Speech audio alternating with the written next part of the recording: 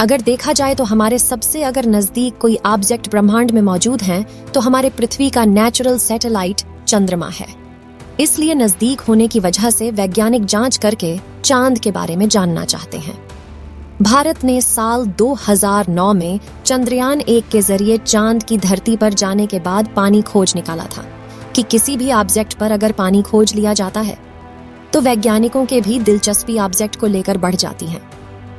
चंद्रयान 1 की सफलता के बाद वैज्ञानिकों ने चंद्रयान 2 को चांद पर ले जाने की प्लानिंग बनाई, लेकिन साल 2019 में इसका लैंडर चांद की जमीन पर नहीं उतर पाया। अब की बार 14 जुलाई 2023 को भारत का चंद्रयान 3 पृथ्वी से निकला था, जिसका मकसद चांद के दक्षिणी ध्रुव वाले इलाके में सॉफ्ट लैंडिंग करके वहां की जांच करना है कि चंद्रयान 3 अब कहां पहुंचा है।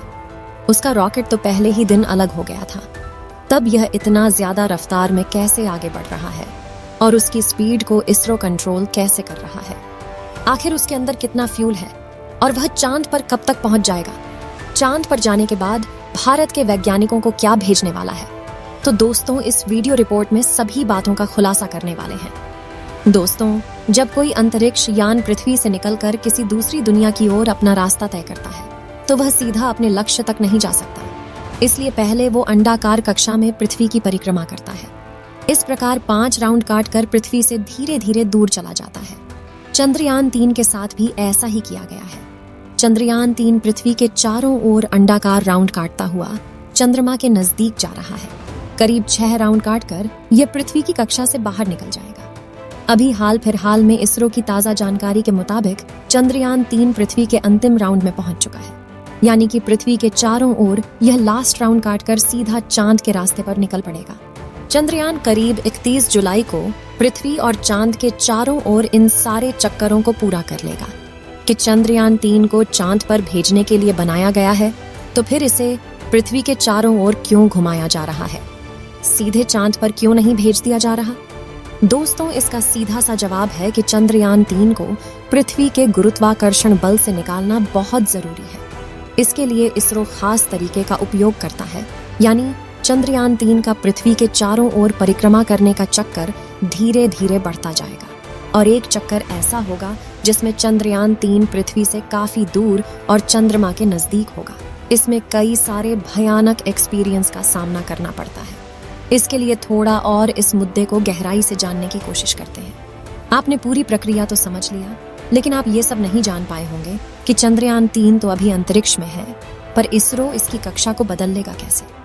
दरअसल वैज्ञानिकों को इन बातों के बारे में पहले से ही पता होता है, इसलिए इसरो ने चंद्रयान 3 की दिशा और कक्षा बदलने के लिए उसमें थ्रस्ट लगाए थे।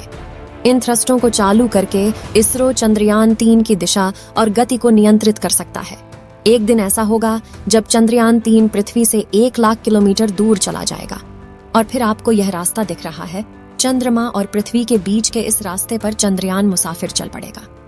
इस रास्ते पर लगभग 5 दिन तक यह यात्रा करके चंद्रमा के नजदीक पहुंचेगा और 5 से 6 अगस्त को हमारा चंद्रयान चांद की कक्षा में प्रवेश करने के लिए तैयार हो जाएगा। यहाँ पर वैज्ञानिक फिर से वही प्रोसेस अपनाएंगे और मॉड्यूल सिस्टम को चालू करके थ्रस्ट के जरिए इसे चांद की दशा में स्थापित कर दिया जाएगा। राउंड के जरिए धीरे धीरे चंद्रमा के नजदीक चला जाएगा।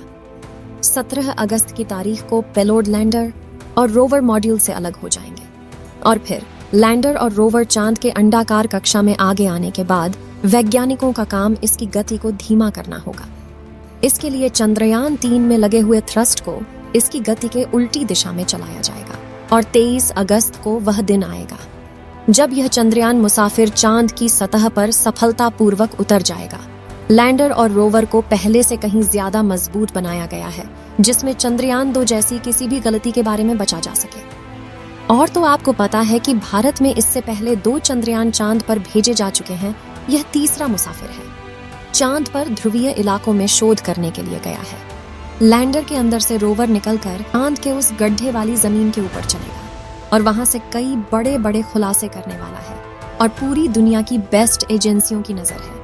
आज से पहले जिस देश ने भी वहां पर जाने की हिम्मत की है, उसका मिशन वहां जाने से पहले फेल हो गया। लेकिन इस बार भारत पूरी तैयारी के साथ चांद पर उतरा है। अब आप सोच रहे होंगे कि इसके अंदर ऐसा कौन सा फ्यूल है जो इसे ब्रह्मांड के अंदर चला रहा है। इस समय चंद्रयान 3 अंतरिक्ष में इस रफ्तार से चल रहा कि अगर उसकी कमान में थोड़ी सी भी गलती हो जाए तो फिर बहुत बड़ी दिक्कत हो सकती है। चंद्रयान 3 14 तारीख को लॉन्च हुआ था। उसके 16 मिनट बाद यह पृथ्वी के कक्षा में पहुंच चुका था। अंतरिक्ष यान को पृथ्वी के वातावरण से बाहर निकलने के लिए 1 सेकंड के अंदर 11 किलोमीटर की स्पीड हासिल करनी होती है। इतनी स्पीड इस रॉकेट में लगे बूस्टर और अलग अलग इंजन हासिल कर लेते हैं। अब आपको बता दें कि रॉकेट में जो फ्यूल था वह क्रायोजेनिक स्टेज से अलग होते ही खत्म हो चुका है। मतलब लॉन्च से केवल 16 मिनट के बाद से ही पूरा का पूरा खेल पूरा हो चुका है। अब चंद्रयान 3 चल किससे रहा है? दोस्तों, इस वक्त चंद्रयान 3 तरह की एनर्जी से चल रहा है।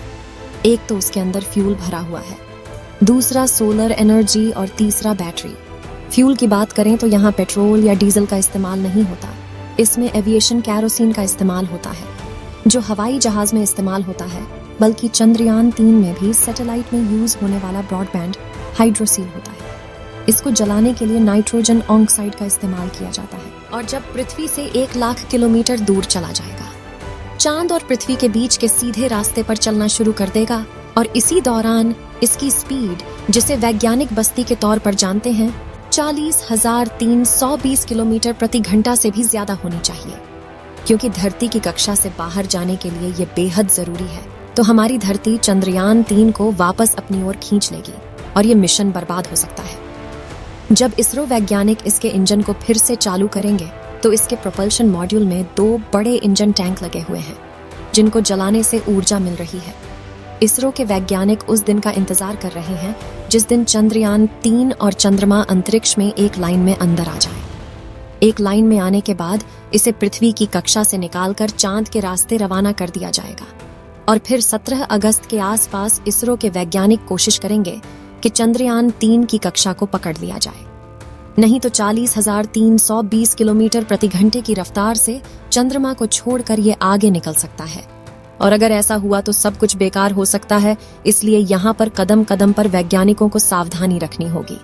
चांद की कक्षा में डालने के लिए चंद्रयान के प्रोपल्शन मॉड्यूल में लगे छोटे छोटे इंजन की मदद से चंद्रयान के इंटीग्रेटेड मॉड्यूल को पूरी तरह से विपरीत दिशा में घुमाया जाएगा। चांद की कक्षा पकड़ने पर धीरे धीरे यह चांद के नजदीक चला जाएगा। 23 अगस्त का दिन वैज्ञानिक अंदाजा लगा रहे हैं कि यह चांद की धरती पर दक्षिणी ध्रुव में उतर जाएगा, जहां पर आज से पहले कोई नहीं गया है। यहाँ तक कि बड़ी बड़ी स्पेस एजेंसी के अंतरिक्ष यान भी इस जगह पर आते ही गिर जाते हैं। वहां पर भारत का यह मुसाफिर चंद्रयान उतरने वाला है। चांद का दक्षिणी ध्रुव ऐसा इलाका है जहां पर गड्ढों की भरमार है। कुछ गड्ढे तो सैकड़ों किलोमीटर गहरे और सैकड़ों किलोमीटर चौड़े हैं। आज से पहले वहां पर केवल ऑर्बिटर पर ही जानकारी ली गई है। अभी तक किसी भी रोवर ने वहां से जानकारी नहीं भेजी है। इसलिए अब भारत ने अपना मिशन वहां पर भेजा है।